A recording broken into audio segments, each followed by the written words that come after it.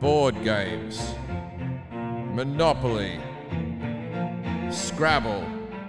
Are there any others? Who knows? You might learn this on I Don't Know About This with Jim Jefferies. Welcome to I Don't Know About This with Jim Jefferies. No, it's not the title of our show. It's not the title of our podcast. I don't know about that. Oh, I don't know about that. Welcome to I Don't Know About That. I don't know about that. I don't know about this and that. Look, I don't have to. If you're watching on YouTube right now, I don't have to introduce our guest. Normally, I have to guess who the guest is. But it's Jay Leno. Everyone, it's very exciting. Thank you very much. I thought you lot would clap or something, but you're just. We did clap for I thought they were clapping at home. Yeah, there you go. This is our first in studio guest. Jay doesn't seem to care about COVID like our other people. No. This is pretty much the end of my career right here. This is my COVID. Yes. Doing this podcast. That's right, doing this pod. It's this or COVID. I said, well, Jeffries. First thing Jim did was mess up the name of the show. Jay's like, what have I got myself into? So, You never called it the Today Show. No, never.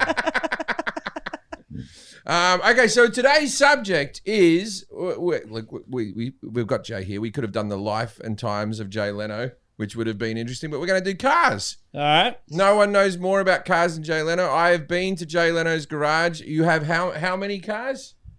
It's about 190 cars, about 169 motorcycles. Holy shit, 190 cars. Yeah, it gets a little crazy. Do you drive each one at least once a year? Oh, more than that. Yeah. There's not enough days Twice. in the fucking year to do them all Okay, twice. I don't know how many days there are in Australia. There's at least here there's 365. Maybe in Australia it's at 180 because it's halfway around the world. I don't know. But it's 365 where I come from. Yeah, but you got that leaves me, how many days extra that leaves me? I got 190. Look how many extra days I got. Yeah, but you can only drive all of them 1.8 times. There we go. That's math. No, you can drive as much as you want. It's America. You're not in Perth now. Oh, that's true. We are in Perth. We have 5 cars that we all share. That's right, exactly. That's why the traffic is delightful over there. So I'm here with Kelly and Forrest. Forrest, as usual, is going to be asking the questions. I think we should get straight into it, mate. Yeah, I don't know. We talked a little bit, Jay, so the way it's going to work is I'm going to ask Jim a bunch of questions about cars. We'll see what his answers are. All right. And then we can just grade him on how he did. So. All right, that seems fine. Okay, all right. Jim, when was the first internal combustion automobile made and by whom? Okay, well, the combustion engine was invented by Carl Benz, and I know this because I went to the museum in Stuttgart. Carl Benz invented it, and it's around 1890 was be where I put it. Before that, they had cars, but the cars were steam engine vehicles. And I know this because Jay Leno had shown me some steam engine vehicles that he already has. But that's like saying Chef Boyardee invented the pizza, just because you go to the Stuttgart Museum and who invented it? Oh, the German guy. Oh, actually, Carl Benz made the first semi-practical car, but internal combustion engines, the autocycle engine was around for a bit of a while. Don't correct me yet, Jay, because this is facts that I'm saying. So Carl Benz invented it, and then Mercedes was the name of the guy who sold the vehicles. His daughter was the name of the daughter who sold the vehicles. So he said he'd name him Mercedes-Benz. I reckon it should have been Benz Mercedes because he invented the fucking engine. And then you've just got Mercedes being slapped on at the front. No, what Emil Jelnik was. Let him correct you for each question. Do you want to wait? No. I like this. This is better. Yeah, go for it. Emil Jelnik, he sold cars in France, and the French did not really like the Germans for obvious reasons. Right. And But that hadn't kicked off yet. He said, I'll buy 36 Benz cars and sell them all, but if I can sell them under the name of my daughter, Mercedes, which was a much more pleasing name to people, didn't have a connotation. So, and it became so popular that in 1924, they incorporated the name Mercedes-Benz. Thank God it didn't happen right now, because it could have been Tiffany Benz. Fucking Brittany Benz could have been the name. That's right, exactly. Karen. Yeah, Karen Benz. Actually, you know the story, the actual story. Carl Benz invented the car, the three-wheel car, and he went off somewhere, and his wife took the car to go visit her parents. Right. She just took it, and she went across Germany in the stupid thing How, by herself. And I- it was actually quite a big deal. I heard that the car only went about 2 or 3 miles before you had to fill it full of gasoline again. So how did you, or is that incorrect? No, that's incorrect. Probably went a bit further than that, but probably went about 25 or 30 miles. Then you go to the chemist, as they say, and get petrol, because petrol was just a byproduct of lamp oil and stuff. Nobody really used it. It was too explosive for most things. But automobilists liked it, and then it became popular after that. Yeah, because there's no gas stations, so you couldn't go to a gas station. No, there were no gas stations. That's correct. Where did you get beef jerky back then? Huh? I don't know. Exactly. That's why. The people thinking, why go out? It turns out that the air odorizers shaped like pine trees were actually invented 5 years before the car. They just didn't have a purpose for them. I'll give you a little story on the air freshener. All right. This is it. You might interesting, a bit of social consciousness, a little Black Lives Movement interest here. You know, they had those air fresheners, and they tried to sell them in the inner city, and they couldn't figure out why African Americans would not buy them. So they came out with like hip hop characters and all kinds of shit. Couldn't give them away. Mm-hmm. Then they did some research, and they found out that cops would pull over African American drivers for having an air freshener because, as an excuse, because it blocked their line of vision. It was hanging from the mirror. So let's search your car, Bell. And then they would go through the car and find whatever. So it just became, if you were African American, you did not want to have an air freshener hanging off your mirror because it was an excuse for a cop to stop you for driving while impaired. And us white people were rocking around with those fuzzy dice for fucking ever. Yeah. and they never stopped us. No, exactly. All right. Next question. Well, electric car. So on Jay's show, Jay Leno's Garage on CNBC, you drove an electric Corvette. I did. I almost had a car accident and killed Jay. They told us to do a U-turn, and I didn't look, and I was driving, and the follow truck that was filming us were there, and I just swished around, and we almost got T-boned. I don't think it made the episode, but I can't apologize enough. It was terrifying. And now he's doing this podcast. Haven't you been punished enough? It's, Jay? one of those things is if they T-bone us, I'm not going to make the news for my death. It's just going to be all about him. I'll just be the asshole who killed him. Right. Leno, who walked away, an unknown man was Leno, who walked away from the crash. We dedicated the episode to him. And then also like Jeff Jefferies. You know. Well, that wasn't why I asked that question anyways, Jim, so thanks for admitting to that. I just wanted to know when the first electric car was invented. That was the question. I would say I've watched documentary. There was okay, so if you want to count electric cars, because I remember when I was a kid, they used to have those solar power races across Australia where people had the solar cars. So that's arguably an electric car because there's electricity going through the thing. And that was like late 1970s, early 1980s. I would say in a mass production sense, and I watched that documentary. No, just the first one ever. First one ever? Fucking 1940. No. No. 1896. You had electric cars before you had gas cars. What? Yes. Why? Emil Jelnik, he set the record of 62 miles an hour in an electric car in the late 1890s.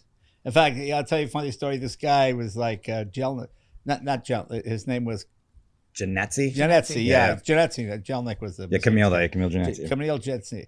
Yeah, he to celebrate, he went on a hunting trip with his friends, and to scare his friends, he waited until his friends were asleep, and he dressed up like a bear. Right. And he jumped out of the bush and went, ah! And his friends shot him and killed him. Wait.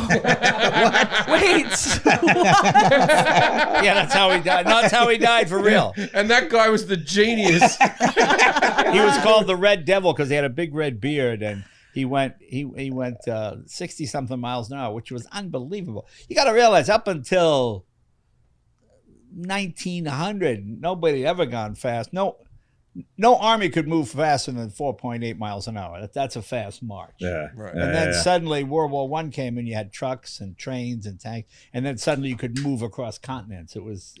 Is there an argument that because we invented things like the car that we actually went into more war? Like, No, there is no argument for that. Okay, all right. No, but you know what I mean. No, they like- got in the war because this fucking car won't start. And then, then the guy shot the dealer. Wasn't Franz Ferdinand coming out of a car when he got shot, or am I wrong on that as well? Well, now you're really stretching the car theory that you have. Yeah. I'm just saying cars are the beginning of all wars. JFK was also in a car. JFK was in a car. Yeah. There you go. Okay, first mass-produced car, Jim. What was it? When and how many? It was the T model Ford and was mass-produced here. No, I'm sorry. No. Fuck! I thought I was. Is that wrong? It's the Oldsmobile. Oh, I thought I was looking. I thought it was. I thought it was No, Model T. Ransom E. Olds really started the assembly line. Henry Ford just perfected. Actually, the assembly line was started by beef producers. They'd hang a cow, and the thing would move down the line. The guys would cut off the prime rib and cut off with it. Just cut off the part of the cow as the thing moved down. And Henry Ford saw that and thought, oh man, we could do that with car parts. And that's what he did. But Ransom E. Olds actually had the first. So before the factory line was invented, with the Mercedes-Benz and they were selling those things, did one bloke just make a car top to bottom? Well, you see, there was a thing called, you had mass production was the end of the craftsman. Right. Every town had a craftsman, and a craftsman would make like a gun, and he would take 4 months to make you a gun. But that barrel would be perfect. The stock would be all polished and varnished, and this guy might make 3 guns a year. Same thing with watches. Watchmakers were geniuses, and they would make maybe 3 watches a year because it was so labor intensive to cut each gear and do all that kind of crap. When mass production came in, a guy named Henry Leland, there's a company called Leland and Falconer. Henry Leland made precision. He was the first person to go down to 1/10,000th of an inch in measurement. And he made guns for the Civil War, which helped the Union win the war. Then Henry Leland teamed up with Ford to start building cars. And Ford wanted to build a cheap car. Lena wanted to build an expensive car. They got in a big fight. They broke up the company. Ford made Ford, and then Leland started Cadillac. Right. And then he won a thing called the Doers Trophy in England, where they took 3 of his Cadillacs to England. They took them all apart. They threw all the pieces in a box. They shipped the box. They dumped the pieces out on the ground, and they put 3 cars together, which nobody had ever done before. For example, like a Model T has more precision-made parts than a Rolls-Royce. How much was a Model T in today's money? If you were to go buy Model T, I have a 1925 Model T. It was $260 brand new, which would probably be something like $18,000. That's a fucking reasonable car. Yeah. That was Well, that's very why. good. Yeah, that's probably why there were so many of them. But yeah, this is just why you shouldn't trust the internet, by the way, because I had Model T down here, and then as soon as you said Oldsmobile, I put it in, and it's the first mass-produced vehicle, 1902. Model T was assembly line, so it's that little thing. But in my brain, I thought you was right, and then This yeah, is exactly don't trust why we the bring internet. experts Yeah, on. yeah. So Henry Ford was a fucking fraud, wasn't he? Well, That's it. he's But he gets credit for that all the time. He was the invention of the No, the he doesn't factory get line. credit. He never took credit for it. You gave him credit for it. I gave him because you credit. misread it. You see. Did McDonald's invent the speedy system the speedy system. with the burgers? Because I hear that's a thing that 'cause Ray they Kroc? Were they were the first people to invent making food on a factory line. And now I hear it's In-N-Out. No. What they did to make them famous was a guy named Ray Kroc. He invented something called the multi-mixer, which could make 6 or 8 milkshakes all at the same time. Imagine like 6 units all tied together. Yeah. So they could, before you had to make a milkshake, put the ice cream in, put it in a thing, wait 3 minutes, pour it in the glass, give it to the guy. This could make 8, so you could make 100 shakes an hour if you had a couple of these machines. Yeah, but why would you want that machine? You just sit at home and just have the one milkshake. Well, if you have a restaurant, Yeah. I don't think it's for personal use. Yeah. So, because I'd be at home showing people this thing. I can make 6 fucking milkshakes. You're going to your girlfriend, but honey, I can make 6. Why would I not make All 6? right, next question, folks. What country right now produces the most cars? Okay. So there'd be some. So America feels like they've moved their factories outside of America for a lot of their cars. Germany still makes their cars. Australia stopped building cars, although they never would have been in the race. They just got rid of their last car factory. I'm going to say it's either Japan, Germany, or Korea, and I'm going to go with Germany. You're not going to go with China? China. Forgot about them.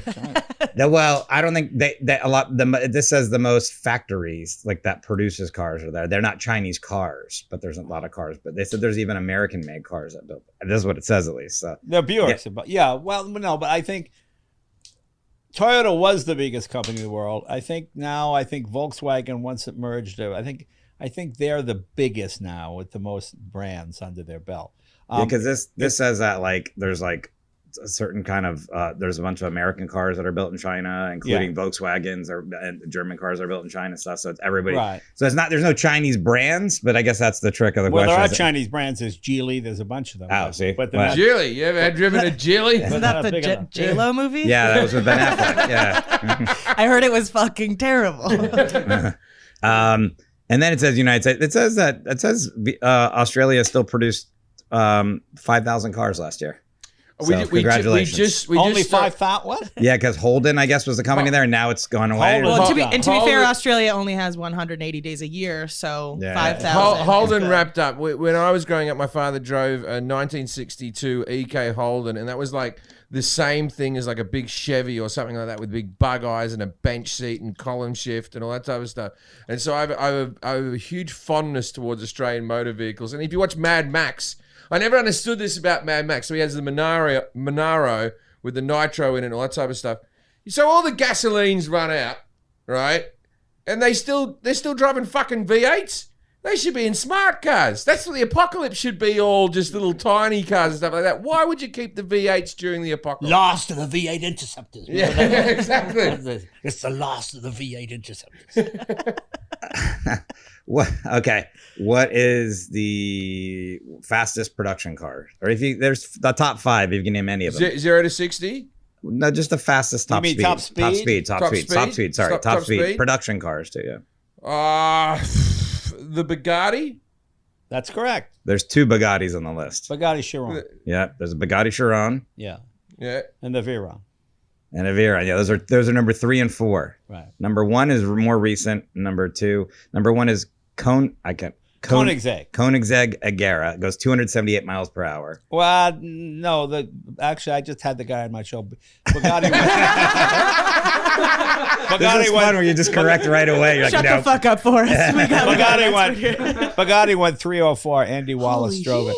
I had they brought the actual car to the garage with the dirt and everything on it. So it went 304 miles an hour. A guy named Andy Wallace, who also set the record for the fastest normally aspirated car, which was the McLaren F1 at 241 miles an hour. The Bugatti was turbocharged. That went 304 miles an hour. Yeah. But the Regera is very fast, but that 278 record, I don't think it's, what's the word, homologated. It's not a fit. Every country has their own. Yeah, the one. And they can only do those records like in the salt flats. Like they can't do them on a regular road. No, they do it. They usually do them in Germany on a test track, but they only do it for. You're covering 11 football fields in a second. Jesus. So they only do it for like 6 seconds. They get up to 200, 250, and then they floor it for this just a few seconds. It hit 304, boom, and then sounds like my sex life. No, that sounds like my sex life. 11 football fields. Okay, yeah, and there's another one, Hennessy Venom GT, they said is number 2. But so when it says production cars, I mean, there's not that many of these produced, right? It's just like no, production car means. You're able to buy the car exactly as it set the record. Okay. It has to have the same tires, the same engine, the same body. Got it. It can't be modified. Because I've only ever seen like 2 Bugattis out in the wild. There's both times I've been in Beverly Hills. You'll come out of a restaurant, there's been a Bugatti sitting there, and there's just people taking photos around the thing. And it's like, on both times I've been on a date where the girl's gone, why is that a big deal? And I'm like, it just is. Yeah. Just boys like this stuff. Well, then, so here's something that's kind of leads into this. Do you know how NASCAR came about, or stock race car, Jim? Do you know? Because Americans couldn't fucking follow Formula One like the rest of the world. And you have to have your own special sports all the time, where you just drive around. You think that's the answer? Actually, it's not far wrong. Formula One is the race that the rest of the world do, and the tours around to each country, and we have a race in every different country, and it has all the famous drivers, Ayrton Senna, Michael Schumacher, all these type of people. And for some reason, the American psyche, you have to do everything slightly different. That was the one sport that I was surprised that you didn't play over here, that you didn't do Formula One, that you do IndyCar racing and NASCAR. I understand different football and stuff like that, but why would you not want to get involved in Formula One? Well, it's usually because it's so hellaciously expensive. It's unbelievable. NASCAR came out of the rum runners and the guys that used to try to outrun the cops, and the moonshine and the liquor and all that kind of stuff. And they would take those cars and they would go to a dirt track at a county fair or something and race around in circles. And Bill France, the guy who kind of started NASCAR, thought, hey, let's get these guys together. You got Junior Johnson and all these guys who were rum runners, and they'd have, you put the flyers around town, come out to the county fair next Thursday, a 50-mile race, blah, blah. And guys would show up with cars they built. I mean, up until recently, production cars hadn't had carburetors since the 80s. But in NASCAR, they ran carburetors right up to just a couple of years ago because they wanted to keep it cheap, inexpensive, relatively, compared to Formula One. I mean, a Formula One team is $5, $6, $7, $8 million, more than that. That's usually just for the driver. So it's a sort of blue collar yeehaw kind of deal. They wanted to keep the and it said that back when they were running like rum or moonshine or whatever, they had to make the cars look as normal as possible, but strip them all out. That's why NASCAR has cars that look more normal, like normal cars, because if they were driving around and cops saw them, they didn't want it to be like, look at that race car. They were just like, it also was that sort of race on Sunday, sell on Monday. Yeah. When I was a kid, it's not that way anymore, but the Chevy that raced had a Chevy engine. The Ford that raced had a Ford engine, and they looked like the cars your dad could buy. So you'd go and you'd watch it, and it would be like you could identify with the vehicle. So that was the same in Australia. We have a race called Bathurst, and what they call them stock cars type of thing. And what they were is, I think now they have the Mustangs racing, whatever. And it was really, there was other cars in there. There was Volkswagen and stuff, but it was really Ford versus Holden. And so if your dad owned a Holden, then that's who you cheered for, was the Holden. And then in the schoolyard, it was like, Ford's going to win this. And like, I remember like my dad owned a Holden, and then Ford won like 5 years in a row. And I'm just going back to me dad going, oh, Dad, we got to get a Ford. This is too depressing that we have this shitty car that can't win this race all the time, All right. So do you know, I have a list of the 20 most expensive cars in the world. Do you think you can name? Yeah. Let's say top 5. Yeah, I can do top 5. Yeah, you think so? And tell me how much you think they are. And this list, I think, is from 2019. Okay, so the Bugatti's the most expensive car. I'd say the Rolls-Royce Phantom or the Ghost or whatever is right up there. Would be in the top 5. Actually, Rolls-Royce is, the thing that makes Rolls-Royce expensive is they're expensive. Like a Rolls about $350,000, but when you get, quote, the custom extras, you want piano key looking interior and all this kind of nonsense, then that drives the price up. But it'd probably be Bugatti. Koenigsegg is very expensive. This says Rolls-Royce Sweeptail is $13 million. Is that even?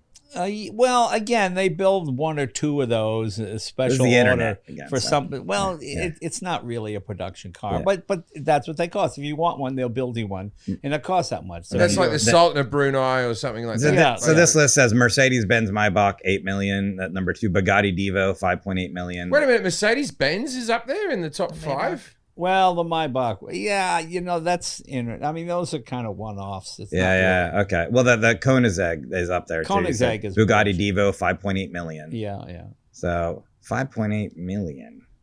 Do you have any cars listed in these top like those kind of that level or? No, I don't. Yeah. Okay. I mean, I've got an F1.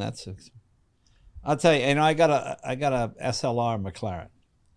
And one day I was doing a corporate show for McDonald's. Yeah. The guy goes, hey, Jay Leno, thanks for doing it. Hey, he gives me a bunch of these Happy Meal coupons. Like, okay. you should. So Bucky's car collection. You should see his little toy collection from McDonald's. No, but you know, as a comic, you're always broke. So free food is like a psychological thing. Somebody's giving you food. Before you got money, you got food, right? Yeah. That's true. That was the first paycheck I ever got was a free So anyway, so I did this show for McDonald's, a big thing. And the guy goes, hey, here's some money. I'll go, okay, thanks. So I got in my bag. So I pull into McDonald's in the SLR Mercedes. Now, that's a $500,000 car, and it's got the doors that come up, like going. So I pull in and I said to the guy, "Do you Happy Meal?" The guy goes, "What's it?" He goes, I said, "Yeah, let me have 2 Happy Meals." He goes, we're only allowed 1 Happy Meal. So I said to him, "Well, that's fine." He goes, "No. Oh, I recognize you, Miss. No, wait here. Let me get the manager." I go, "Well, don't get the manager. No, just wait here. So now the manager comes out and he goes, "What is it?" He said, "Oh, Miss Leno, no, please pull up here. Please pull off to the side." Now, people are honking because they're waiting. People are honking, waiting. So, okay, so I pull off to the side. Now the door comes up. Now a crowd comes on. I go, "Oh, what's that with the door up?" And the guy said, "No, Mr. Leno, normally we don't allow more than 1 Happy Meal per customer." And I hear people going, "That's fucking Jay Leno arguing about a Happy Meal." I'm not arguing. I'll just take the 1 Happy Meal and come back. And no, we're going to do it this one time. Normally, so it's like this whole big deal. It's one time. Yeah. So now I'm in you better enjoy this Happy Meal. They knew he'd be back if he got it this one time. It was so stupid. It's just an idiot. I know that, John. It's the one with the gull wings. Yeah. Yeah. They never had a James Bond in one. Well, did it's dihedral more than gull wing, but yeah. Can't park in like a compact space with us, right? You can get in it. I No, would just imagine hitting. no. Gull wing goes up. Goes up. What are those ones? Okay. And then this is according to a website. I said the cheapest car is that according to this brand new. Yeah, is an electric vehicle from a Chinese manufacturer called Shangli. Well, again, that doesn't count. You can't buy it in this country. Oh, you can't? No, okay. No, you can't. You got.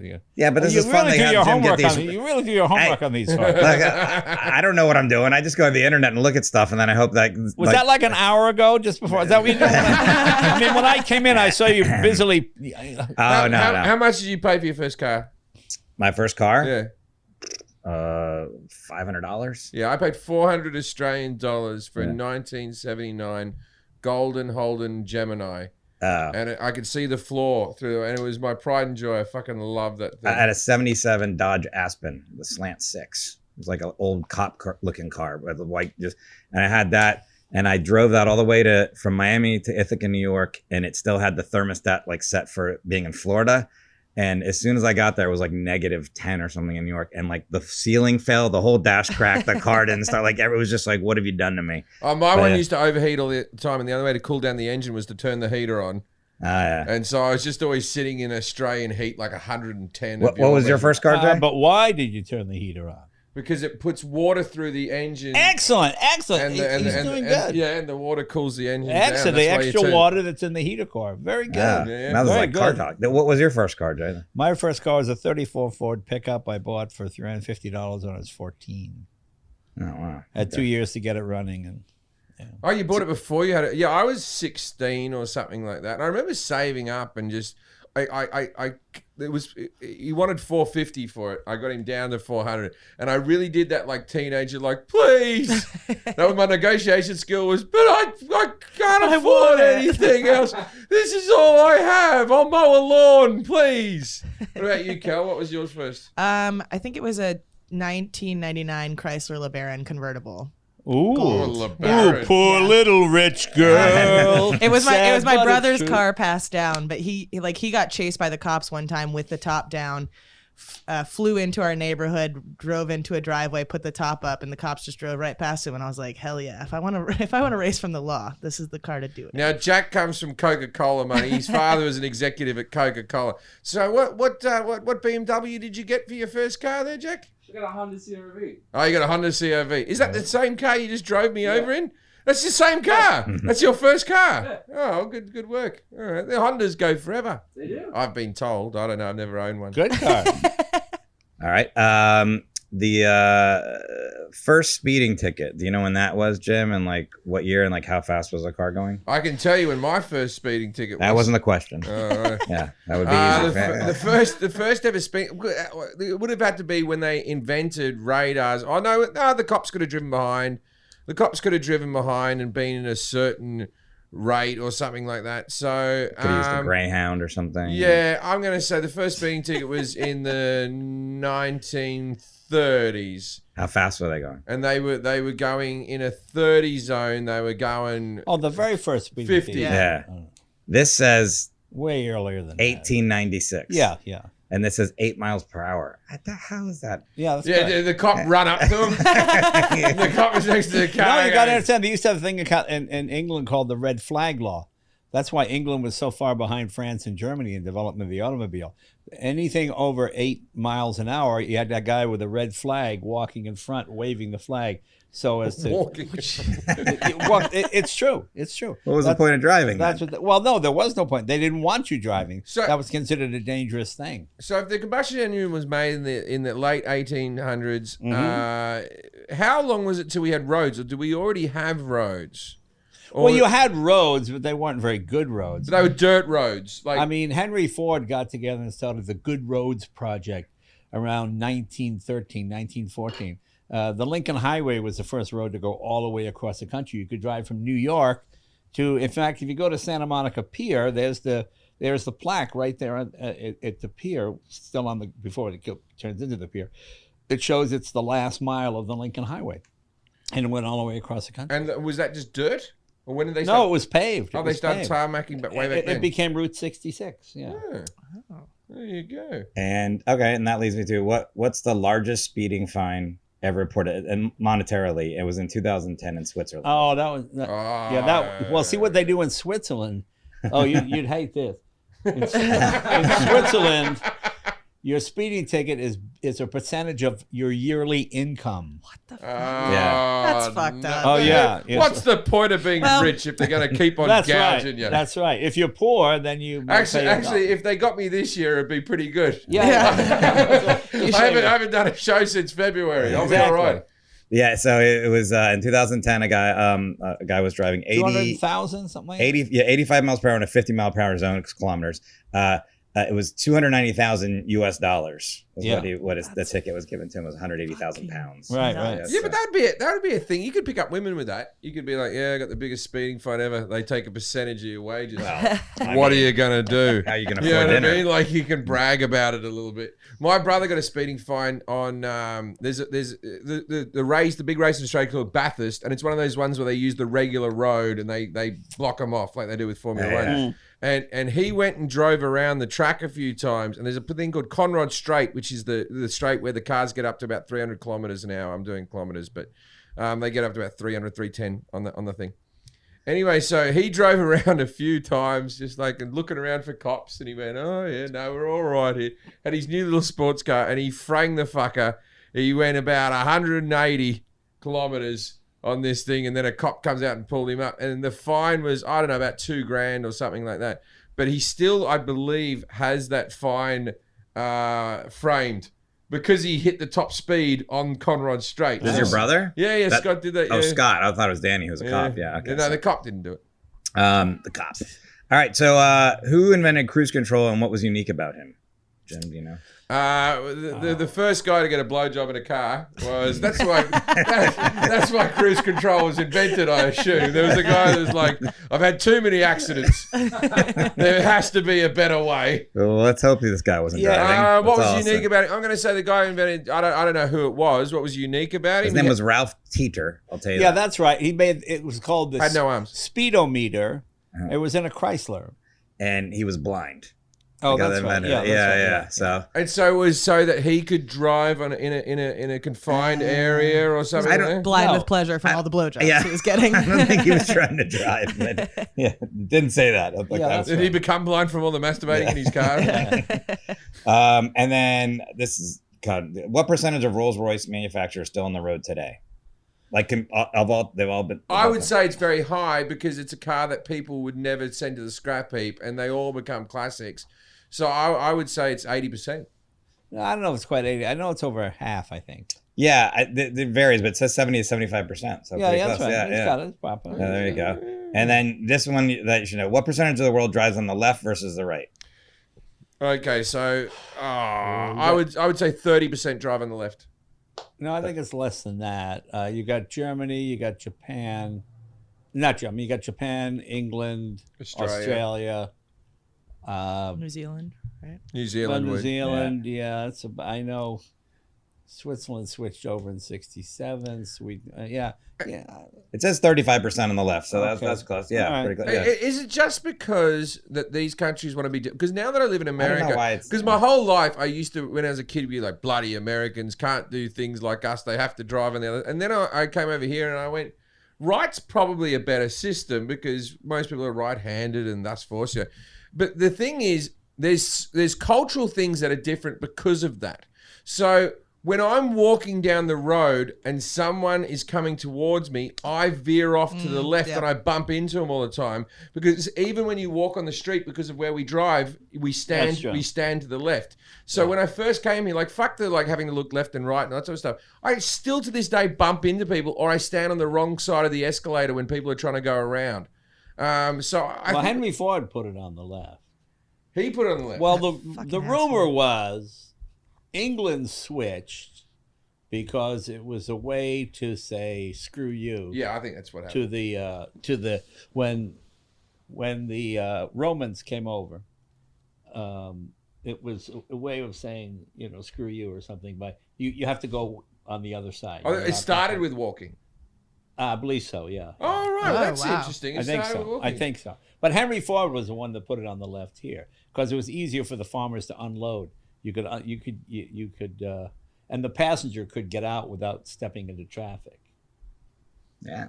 Oh. Can't we just all agree? That's one of those things that we just need to agree on. I'm also PowerPoints.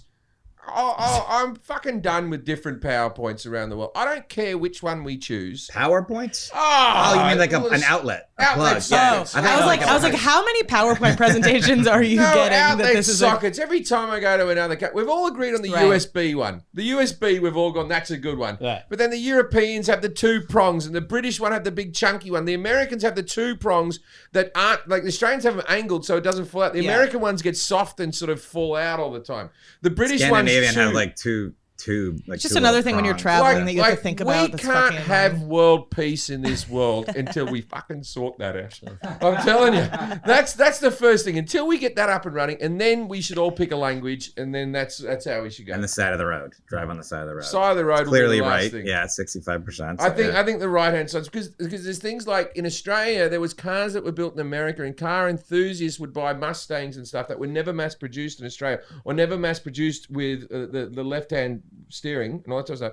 And so what would happen is you would have a bloke who would buy an American car and you'd see it driving down the street and it would have to have a big sign in the back window that said right-hand drive. Yeah. And so it just was a bit silly and you had to have a special license and all this type of stuff. So I mean left-hand drive, yeah. Left-hand drive, yeah.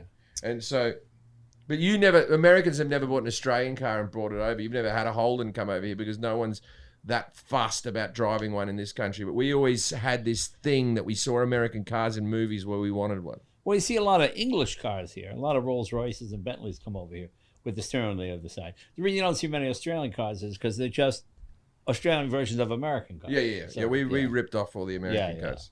They suck. That's what you're going to say. Sick. How did jaywalking come about? Do you know, Jim?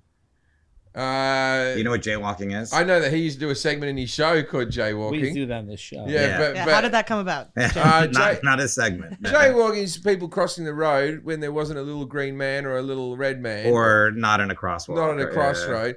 And there would have been some cop who was being I'll go back to systemic racism.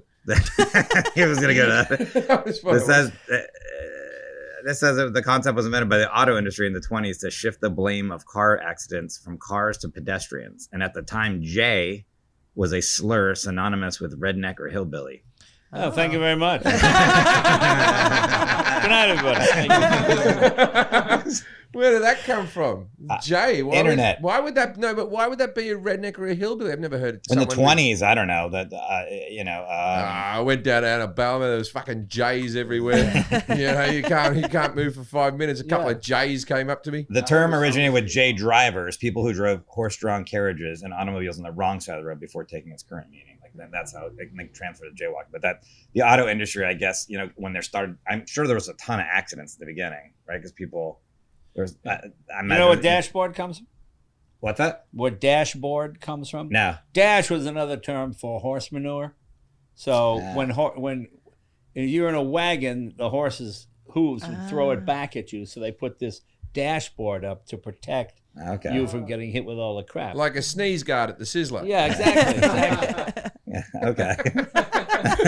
Exactly like the Sizzler. Let's not go to that Sizzler. I went to Sizzler one time. I never forget this. I went there and I got the steak, and I'm cutting the steak, and as I'm cutting it, it's coming apart in sections like it'd been pressed together, you know? And I thought, okay, this is like I'm on like a candid camera or some, because the way it came apart, it's like the steak had been put in a press and then cooked and then given to me. And when I started, it just came apart in different sections. I thought, all right, and I was waiting for the camera, and I went, oh no, this is the way they do it. You sure you just weren't having a hamburger patty? 'Cause that's the whole concept of hamburger. Yeah. I find it hard to believe Sizzler didn't have good quality steaks. Yeah, it's strange. Oh, the Sizzler never had the grass-fed option. No. Is Sizzler still around? Yeah, the one right near my house. Sizzler was a big deal. They're in struggling Australia. right now, though. Grass-fed is the chef. It was the first time I remember like having a salad bar where you could go back and forth to it and thinking, oh, this is really something. Oh, those days are gone forever. Yeah, that's what I was saying. There's a Sizzler near my house, and they're like, hey, we have curbside service. I'm like, who wants curbside Sizzler? Yeah. Right. My friends and I like ironically like Sizzler, and we went there one time after his birthday party, and somebody in our party was like, everybody here looks so sad. And I was like, like, you're saying that so like these people aren't here as a joke. Like, this is their actual Sunday. Just be quiet. I have a soft spot for Norm's breakfast. Oh yeah, no. If you can't get a better breakfast than that for $3. Yeah. How do they do it? I know. Yeah. Like, it's not good quality. Never order the steak option. Just get the eggs and the bacons and the hash browns. Right. And it's real pancakes. Nothing wrong with Norm's. I skipped over this one actually. This one should have been earlier. Oh, great! Now I'm all screwed. I had the answers all memorized. Now I'm off a question. Yeah, now they're out of order. What were you going to do? Yeah, because I've had such a good. That rhythm. happened to me. I had Bob Hope on the Tonight Show once, right? When Bob was like 98 Right. and still pretty sharp, but very vain. He would not wear a hearing aid. He had twin hearing aids. He'd take them off, do the show. People asked him. He just never knew about it. And I said, I'm gonna. He goes, I got all the jokes memorized. You just give me the setup, and I'll give you the punch. I got all the punchlines memorized. Oh, no. I saw it, so I go, Bob, da-da-da, da-da-da-da, big laugh. And then I go, da-da-da, da-da-da-da, big laugh. And I get the third one, I go, da-da-da, big laugh. And then I go, yeah, that was funny. Da-da-da-da. Okay, now he's one joke ahead. No. So I'm like, no, wait. Da-da-da-da. And like, I mean, we had to edit the whole show. It was like, because every time I went, no, hang on, but still, and he would do the punchline. So you're trying to count how many questions ahead he is. So we won't put you behind. yeah. She'd be like, "Do you like McDonald's?" And that's why she lost her leg. Yeah, exactly. All right, so here's this question. Hopefully we get this. It's like gonna work. Most manufactured car of all time, brand and model. Jim, do you know this? Most manufactured car of all time, I would say it would be a Toyota. Ooh. No. Keep going. Toyota. I'm sorry. Corolla. Thanks for playing the game. I don't know. I thought that was right. I thought that was right too. Did I just guess this right? It was Volkswagen. Ah, okay. Volkswagen Beetle. It was, and then that passed the Model T, and then it was made in Mexico for a long time too. Now Corolla may have, but see, the Corolla was not the same. When you say the same car, it can't be the same nameplate. It's got to look the same. Back. Maybe. Corollas look a bit different. Oh, okay, yeah. Because so you're saying the exact same? Well, yeah. What's the most manufactured car of all time? So the Beetle. I always say this is a party fact, and I'm sure I'm wrong. Did Hitler have anything to do with the design? Not the actual design, but he approved it. He wanted to build a people's car, a car, work, joy through work, and all that kind of crap. The idea was that the average working German could now afford he was a huge fan of Henry Ford, and he saw what the Model T did for the American worker, and he thought, okay, let's do this. So yeah, he did. I mean, he approved it. He went down to look at it. He said, yeah, this is exactly what we need. So technically, you could say he I had read something that to do with it. he had something to do with the trunk being in the front of the car as opposed to the back, but I don't know if that's No, true. That's not true because the engine was in the back. No, the engine's in the back, the trunk's in the front. That's what I said, Yeah, right? yeah. She reckons that the trunk was in the front. I just read that Because was Hitler was his just like, contribution. that's No, better. that was Ferdinand Porsche. Well, good, because I don't want him to get any glory. Isn't I it- also had a Volkswagen Bug convertible. It's so amazing that became the car of the hippies after being the Nazi car. Like it really, and it's still around today. well, because like, you could put Well, a it really flower wasn't. in See, the, it really in the pot. wasn't the Nazi car. He developed it, and then the war came. So Volkswagens really weren't produced until once the war was over. Then it was a cheap, well-built, economical So Hitler car. never drove a Beetle. Well, he might have driven one as some, no, he was never really involved. The war was on, and he might have driven one for demonstration purposes, but no. Was the Volkswagen Golf, is correct, is because the big advertising campaign was that you could put a golf bag in the back.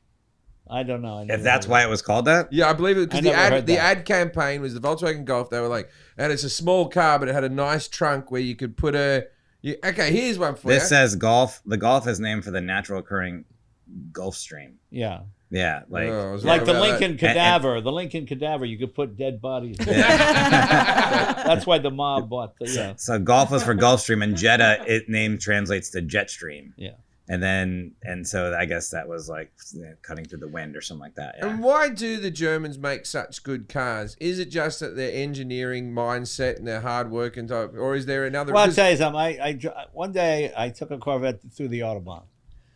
And I pull into this German town, going like 170 miles an hour. I pull into this German town, and one of these towns like from 11 something AD, whatever. Right. AD, whatever. and, BC, AD, it's all the well, same. same thing. I pull in, and there's a church like a mile over there, and there's a church steeple like a mile. And I can see both church steeples, and they're each like 3 or 4 miles from each other. And at 12 o'clock, they both go, bong, bong. They're both perfectly chimed, Yeah. perfectly timed. Okay, then I keep driving. I get to Italy. I pull in. I see 2 steeples. One says 4 o'clock. The other one, the hand is broken. and it's just going up and down doing this like, something happened to it. Nobody bothered to fix it. So that's pretty much it. I mean, the Germans have that. They just have that mindset, don't Yeah, they? yeah, exactly. All right. Whoops, this thing just reset. Sorry. It's a poor workman who blames his tool. I look, I didn't say I was good at this. So. You don't have to convince me.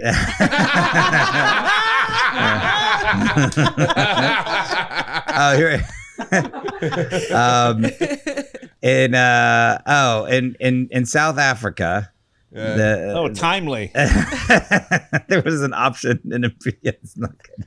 There was an option in a BMW that is what to prevent it from being stolen. Oh, I know all about this. I've seen this. Yeah. Flamethrowers underneath the doors. They shoot up for when you're getting carjacked. But that was never a factory option. That was stuff people would put in aftermarket. You couldn't buy it from the factory. But why was it South Africa? Why only in Because South? South Africa, you go. Oh my God! You go to an intersection in South Africa. They'll have a little sign there say, "Please lock your door." There's been 1,100 carjackings this year at this intersection. So you're just gonna light someone on fire instead? Yeah, but it's protection. If someone comes and tries to, Yeah, if they want the change out of your center console, you set them on fire. The crime in the country is very, very. Everyone's got electronic fences and all that type of stuff, and people try to carjack you all the time. And everyone over there's like, I've been carjacked about 4 times this year. It has not been a good year for me. I had that Oscar Pistorius on the show. Did you? He came to the garage. And, a nice guy, and so bizarre. Girlfriend wouldn't shut up. Exactly. Years before any car was ever made, in the 1200s. In the 1200s, that would be centuries before. But years are involved in that. That's when the wheel was invented. That's how I always talk. When dinosaurs were in the earth years ago. Yeah. There was a monk that predicted cars. Do you know his name? Larry. Leonardo da Vinci Joe Finkel. predicted the car. Well, this says Roger Bacon was a Franciscan friar who lived from around 1214 to 1292. There wasn't a guy called Roger Bacon. That's what it's... That's like a name now of a guy who owns a restaurant. That's a breakfast place, isn't it? that's not a ye olde name. That's like That's really, Bob Evans. Yeah, Bob Evans. It's a really. I don't believe this stripper either. name. Just because it says but it just says in one of his documents he wrote cars can be made so that without animals they will move with unbelievable rapidity. He also predicted airplanes, steamships, submarines, and scuba diving suits. So you're telling me that there was a monk called Roger Bacon. So you went to the monastery and you went, I'm having evil thoughts. Go speak to Roger Bacon. He's got a Wikipedia page, Roger Bacon. So, also known by the scholastic accolade Dr. Mirabilis. Was bacon invented then? Had they already cured ham to make it into bacon? Don't know. Don't Is know that answer. bacon named You want after me to look him? that up too? Because you don't believe me from this. Did he invent bacon? If he invented bacon, I'm fucking in. Where's the Roger Bacon movie? I don't think it's gonna be that interesting. He just predicted stuff. He didn't make anything. That's what they said. Hey, I can predict stuff. Was it Nostradamus predicted the thing? Leonardo da Vinci had all the first helicopter and the first car and all that type of stuff. And Roger Bacon gets no credit? This is Roger Bacon invented the magnifying glass. Oh, did he? Are you on Roger Bacon's website now? Yeah, I'm just looking him up. It's amazing that he has a website. I googled, did Roger Bacon invent bacon? Yeah, and he didn't. No. The magnifying glass. But That's all he did. Cubby Broccoli, who produced the 007 movies, his family did develop broccoli. I know there's a lot of debate on this. I've had arguments with people about this. But broccoli. And what is your argument? No, because well, I heard that as well. But broccoli is a genetically engineered. It's something spliced with cauliflower to make broccoli, like whether it's spinach or something. And it was his family. But there's a lot of conjecture on this that maybe it wasn't. Maybe it wasn't. I don't know. I don't know. And that's the end of that conversation. Yeah. I wouldn't even think broccoli was invented. I just thought it was grew. I'm going to name drop. I had this conversation for hours on end with George Lazenby. And George Lazenby played my father in my sitcom. And I said, I brought out the broccoli fact at lunch on set. And then I was shouted down by a few people. And I've had this whole broccoli debate in my past. Because whenever I've seen Lazenby was your dad on that? George Lazenby played my dad. Because I used to ride we used to ride motorcycles. Yeah. All right, he's a fun fella. Nice guy. He was a pretty good Bond, but he got screwed because they changed James Bond. They made him like more sensitive, and he got married in that one. And nobody wanted to see James Bond married, and they blamed him more than they blamed I think script. also George was drunk the whole time and shooting cans out the front of his trailer. Which Yeah. but George, one of my favorite George Lazenby stories ever was I was sitting with George Lazenby on one side of me and John Ratzenberg, who played Cliff Clavin from Cheers. Right. He played the other dad, and I was sitting in the makeup chair, and the two of them. So John's like a bit more of an intellectual than maybe George is in a way. Like George is, Anyway, so we're sitting there, and they're trying to make conversation, and I'm sitting in the middle, and John goes, "Hey there, George. Where did they make that Majesty Secret Service movie?" And George went, "It was all over France. We filmed it all over France." And then John goes, "I love France. I've been to France. What's your favorite place in France there, George?" And then George went, "There's a place in Italy where you can fuck the prostitutes by the side of the road." So that was that was George's favorite place in France. Well, to be fair, there are worse places. He's a cultured man. Leave him alone. So Roger Bacon. Here's a question that you might know, Jim, because you like this movie. The original time machine in Back to the Future was supposed to be what? They wanted it to be a Mustang, or a Ford wanted to have it. Yeah, you're way off. And then they said DeLorean. This says refrigerator. Oh, no. The original time machine was a refrigerator. Yeah, that's right. And that's why the guy wrote in the refrigerator scene in the Indiana Jones movie. Okay, no, the original wasn't. But then Ford came while they were making the movie and said, "Hey, we can make it a Mustang," and they said no to the whole thing. But like Ford tried to make a money play. It also says Robert Zemeckis was afraid that children would try imitating the film and trap themselves inside fridges. Yeah, I worry about that constantly about my son. That's why I keep my refrigerator very well stocked. So he can't put it in. And then they used the DeLorean, which I guess I don't even know how many years did they make it. DeLorean was only around.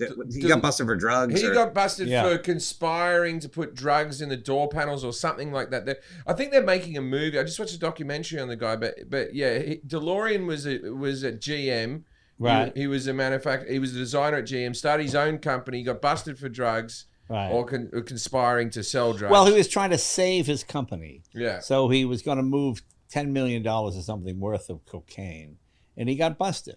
And he beat the rap, which is a shame. Because he was sort of a hero of mine when I was a kid. He was the guy who kind of bucked the system. He was head of Pontiac. And when everybody else had to wear a white shirt with a blue blazer, he was the kind of guy who'd wear Italian striped shirts. And he had his hair styled before that was sort of... popular. He wore his hair long, like like a Beatle haircut, that kind of stuff. And so he was sort of an outsider. He was divorced. He had an Italian wife. He was a little too European for GM, and he didn't quite fit in. And he kind of, he left GM and then he started. But he's the father of the GTO. He invented the idea of putting a big engine in a smaller car, and he made the GTO. And he made Pontiac Pontiac used to be like your father's car, like a salesman's car.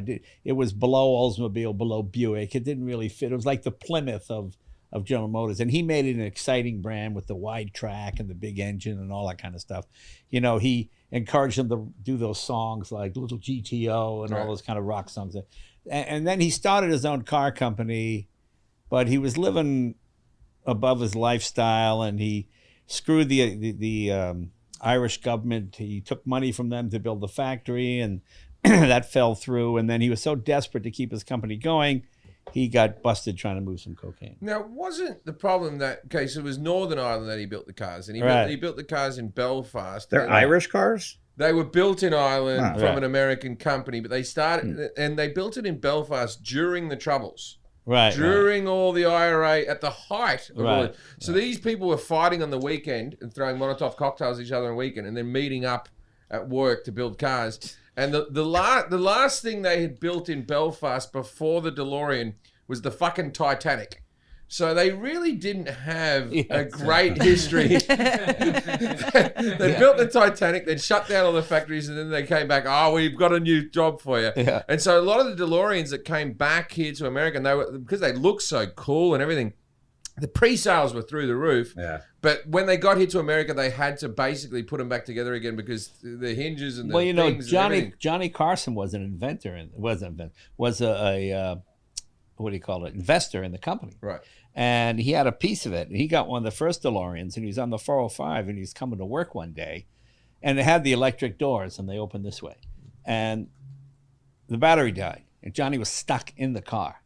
And they literally had to come and literally cut him out of the car, and he was furious. Hey-o. Yeah, and he was furious, and of course once and nobody was bigger than Carson. When something happened to Carson, I remember Carson hurt his back on some piece of exercise equipment, and that company was out of business the next day because he talked about it every night. So when that DeLorean went down, it was like, oh my God, that was the beginning of the end. He just like ripped him on the show then? After that? The jokes, and you're trapped in the car. It was pre-Twitter. It took time. Yeah. No, obviously, but he had the platform. Like, all right. Were you friends with Carson before? I know you did the show a lot before you took over.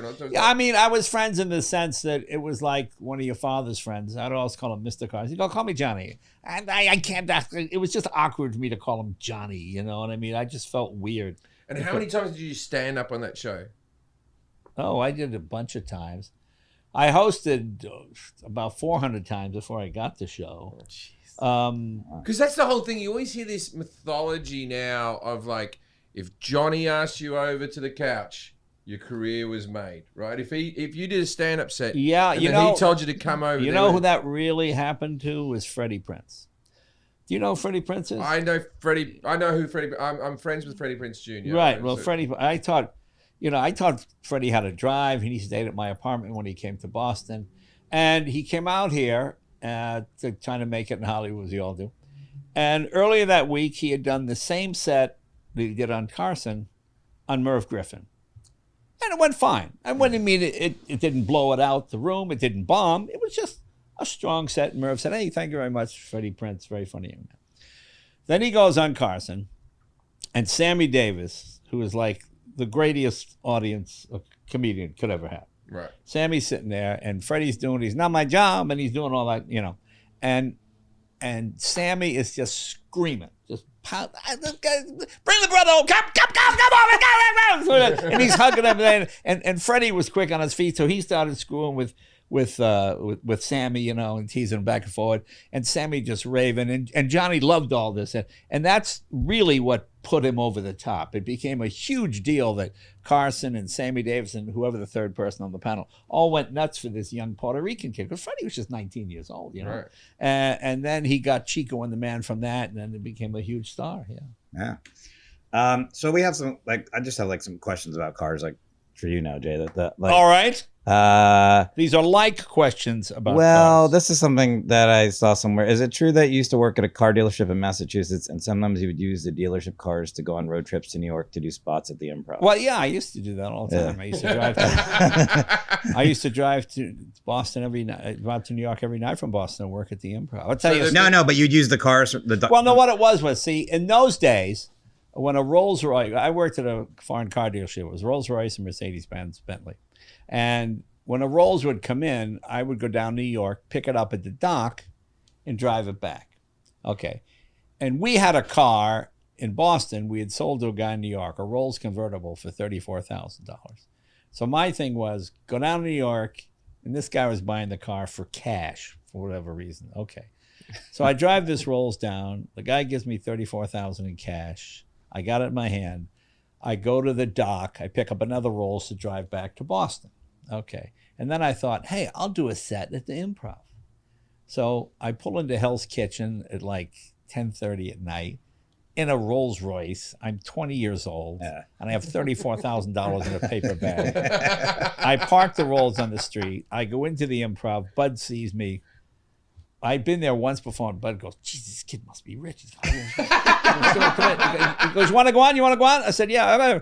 So I got my little tape recorder, and I put the $34,000 on the piano, and I got my tape recorder, and I do my set, and I kill. I'm like, kill everybody. Like, woo, thank you, good night, thank you, bye-bye. I run out of there, but I get in the Rolls, I'm driving, I'm listening to the set on the tape, go, that worked good, that bit worked good, and I get to the first toll booth, and I go, fuck, I don't have the $34,000. I said, where?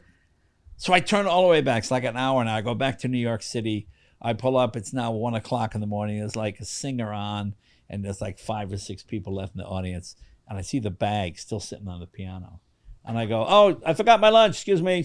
And I look in the bag, and it looks like all the money's here. So I put it back, and I drove back to Boston. But I would be getting out of prison now. Yeah, that's 150 grand in today's. Oh, yeah, easy. Yeah, and that's not that excuse. Yeah, I left that on a piano, the Improv.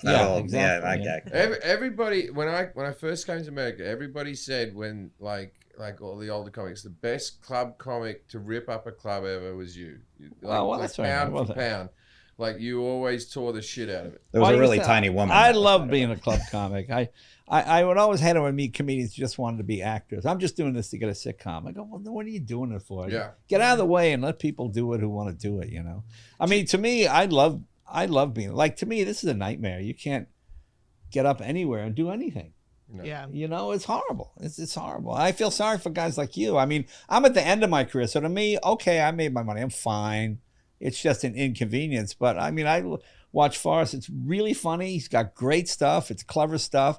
And I see you formulating it, like when I watch one of the specials you did, I see your mind working on it as you're doing it. And I go, and that's how you grow as a comic. You do this every night. And I think it must be impossible for guys like you. Now, what do? You can't go anywhere. They've got Zoom things, but it's not the same. Like, you do it online, but it's just, I've done a couple of them, but without that interaction. That's right. It's like porno versus real girlfriend, And porn's always better. Well, initially. I've always wanted to ask you this, Jay, because we've known each other for a little while now. Okay, you are maybe one of the most impersonated people on earth, right? You know when people do that, like that, right? Now, does that bug the shit out of you, or do you see that as an honor in some way? No, it's all right. I mean, it doesn't. But when it's done poorly and people think it's good, I go, really? That's terrible. Well, you know what I hate? I always hate impressionists who do not have jokes. To me, if you're doing an impression of me and you got a great gag, oh, that's cool. I hate it when the guy would do an impression of me and do my act. Yeah. No. Come up with something funny about me. It can be insulting. As long as it's funny, it's okay. I always hate impressions that just sounded like the guy or the woman, but never had a joke to go with it. Right. But no, I didn't mind. When I did the Tonight Show, you just got beat up every day. Everybody's mad about something. And you had all the other people, Stern and all those guys just attacking you endlessly. And I just came to realize, look, when you play football, you tackle a guy who's got the ball. Okay, that's the way it is. To me, the Tonight Show was the ball, and you're gonna get tackled. So I never believed the good stuff So consequently, I never believed the bad stuff. So I just would always sort of just go along. And, it's funny now because now that I step back, I'm seeing all of a sudden, oh, they like you again. What? Oh, I thought you hated me. Oh no, it's very easy with the internet when it beats you up just to go, everyone hates me and ignore the good. And I think what you just said is right there. Is if you got to ignore the good and ignore the bad, and then I always because the internet beats me up so badly, and then I go, oh, everyone hates me, and then I show up to a theater and there's like 2,000 people there, and I'm like, I must be doing something. Well, right. Yeah, that's right. I know what you mean. Exactly. I tell you about the impersonations. Is one time I was at my agent's and they went, Dana Carvey was just down here. I love Dana Carvey. And they go, he does a spot-on impersonation of you. And I thought, like, what an honor, right? Yeah. Dana Carvey's one of the great impersonators, right? Anyway, ever since, I met him a few times before that, but ever since that moment, someone must have told him that I was told, because whenever he sees me in a comedy club, he runs away. Because I'm like chasing after him, like, I want to see it. So, can you do an impersonation of Jim? I thought you did one on the phone for me the other day, sort of. I did? Yeah, you did an Australian accent, sort of. I thought you tried to do it. I don't know what I would. But see, I don't have a joke. You got to have a joke to do it. Oh, yeah, that's true. Yeah, well, he gave it a go. that's your impersonation. I'm not an impersonator. Yeah, well, you always do me. You just go. No, my impersonation of Forrest is this. All right then. All right. Well, thanks a lot. All right. I'm gonna just ignore the good and the bad in that impersonation. Right there. But that's what they have to do. You can't believe the good stuff or the bad stuff. Do you have a favorite car in your collection? I'm sure people have. No, I've had a favorite car. I wouldn't have all these cars. Okay. Yeah. That's the end of that question. Asking a guy with a harem. I like technology. I like different stuff. I like different eras. And so you have like newer cars. Like you have a Tesla, right? I have a Tesla. It's a great car. Yeah. And then, but like, I also have a 1906 steam car. So there you go. Jeez. Now, the steam car, do you have a bloke with a shovel and coal, or do you shovel and coal? No, there's no coal. What are you talking about? There's no coal. Don't look at me like I'm steam. An idiot. Coal is not steam. So it's boiling water. Oh, I don't know how a steam car works. As soon as I said it. Hey, you idiot, there's no coal. As soon as I said it, I go, I don't know how to steam car. A steam engine train, you get the fire That's height. A train. That's not a car. Yeah, but it's the same thing. It's making wheels turn. I like how you're telling him how his car works. That he has. Well, I mean, most steam cars run on a liquid fuel. They don't run on coal because coal is, you can't carry enough coal to make it. What you do is you take gasoline and you turn it into a gaseous state, and then you inject it into a steam engine, and it produces heat. Oh, so you might as well just have a gas car. Yeah, might as well just have a gas car. No, but back they didn't have the internal combustion engine. I had this vision of Jay driving a big steam car, and he had a small fella there with a shovel. A small fella. Brad Williams with a shovel. No, scooping it into a little thing. No, there's no coal. No coal. And then what is your rarest car that you have in the is He builds many of his own cars. So there's several cars in his collection that are completely one-offs. Oh, there's a couple of rare cars. There's a car called a Tambo Lago. That's a French car. They only built 19 of those. That's pretty rare. Yeah, I'd say that's rare. A Doble steam car. That's rare. They only built a total of 40 of those. And 19. I got 3 of those. So those are pretty rare. How do they only build 19? They're just like, we're good. After they're not, because every car was, the trouble with a lot of these guys is they make something that's too good. They develop something and they go, oh, this is good. All right, let's make it. And then they start to make it. No, let me change it. I got something better. What? And they would constantly change. That was the genius of Henry Ford. He built the same thing exactly the same way, and improvements came, like thousands of cars between, Wasn't one, and I know this because it was a Trivial Pursuit question once, wasn't the slogan of the T-Model Ford, you can pick any color you want as long as it's black? No, what it was Model Ts came in all colors, but the reason was Henry Ford, the more cars he made, the cheaper he could make the car. It was all volume sales. And black paint dries quicker than any other color. Black paint will dry in a half hour. Red paint takes an hour and 10, hour and 15 minutes, just because of the pigment. So consequently, If you paint them all black, you could make 100 cars an hour. You didn't have to sit around waiting for the paint to dry before you could move the assembly line along. Well, I don't know about that. Yeah, well, the internet says he's right. Yeah. I just looked at it. I just set it up as he was. Yeah. I read that yesterday. never knew that. Black paint dries. Yeah, it said it there. It said it because of efficiency. Yeah, Efficiency. The slogan was correct. What you said, like you can get any color as long as you get it in black, but they did it in black because of efficiency of production. It was quicker that's to, a trivia question. Yeah. You say to people, what has more precision parts, a Model T or a Rolls Royce? So see, at the end, like right now, usually in the podcast, I would say, hey, that we have this thing called a dinner party fact, where we ask our guests to give something for the listeners that people probably wouldn't know. All right, I'll give you this one. Okay, good. Well, there you go. Yeah. So, I was going to give it to you until you interrupted me with the dinner fact. People say, which has more precision parts, a Rolls Royce or Model T? Most people say a Rolls Royce. Well, no, the Rolls Royce, they would make one a week or two a week. And if something wasn't right, the guy would take it off the line, take a file, get it perfect, get it fit. Okay, make it all fit. Whereas with a Model T, when you're making 100 cars an hour or 500 cars an hour, each part has got to fit perfectly because it's just happening so fast and so quickly. So that's why a Model T has more precision parts than a Rolls Royce, because everything's got to move quickly and it has to fit. It's imperative from a cost basis. You know, Rolls Royce, if it takes longer to fix it, you just raise the price because rich people didn't care. They just pay more. That's fine. But a Model T had to reach a certain price point, so every part had to be exact. I don't know if we've ever had a specialist on the show who has known more. We've had doctors and professors and stuff that have had to I'm going to try to beat you, just on a question. I'm going to try to beat you on one here. Okay, what was the first car to have a radio in it? The first car to have a radio in it was about 1928. You know the name Motorola? Just like they make the phones, yeah? They make the phones, okay. yeah. Okay, no. The two guys, the most popular form of music in the 20s was the Victrola. So they invented a radio that fit in a car, and they called it a Motorola as opposed to a Victrola, a Motorola, meaning it's a motor for a car, but it's also a radio. So that's where Motorola. Yep. Motorola The Galvin brothers. You're Motorola right. was the first. Motorola. Yeah. It was 1930, but we're gonna give it to you. No, Jay. yeah, no. I said they developed it in 28. It came out. It went in, on sale in 1930. It came out in 1930. That's correct. So that was what you were trying to get him with that one, Jim? What I else thought you you didn't got? know the answer. I didn't know the answer. I Okay. just was going to ask him. You can try and stump him again. You got another one? Yeah. What else you got? He doesn't even Okay, questions. what car was the first car to have automatic gears in it? Like an automatic. What was the first automatic car?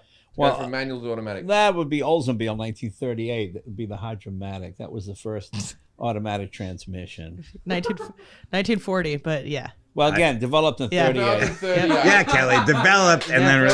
It was the Hydromatic was introduced in 1940, but yeah. Fuck. Yeah. I feel like this is like my cousin Vinny Well, right I'm now. saying I'm saying when the guy worked on it, when Right. he developed No, it. I'm not saying you're wrong. I'm fucking like my mind is blown right now. I'd like to Wadi. How's that going, my cousin Vinny, when they test their knowledge of cars? All right, you got any other questions, Jim? You want No, I can't stump this man. Anything else you need? I can't stump this man. All right, well, Jay, I'd like to thank you for being on the podcast. Well, thanks for having me on. It was a lot of fun, you guys. I appreciate it. I enjoyed your special. It was really good. Thank you. That means a lot to me. And I love Forrest. It was really funny. Thank you so much. That No, means no, so I much. can see. No, I know what I'm talking about here because I watch a lot of comics and I can see you.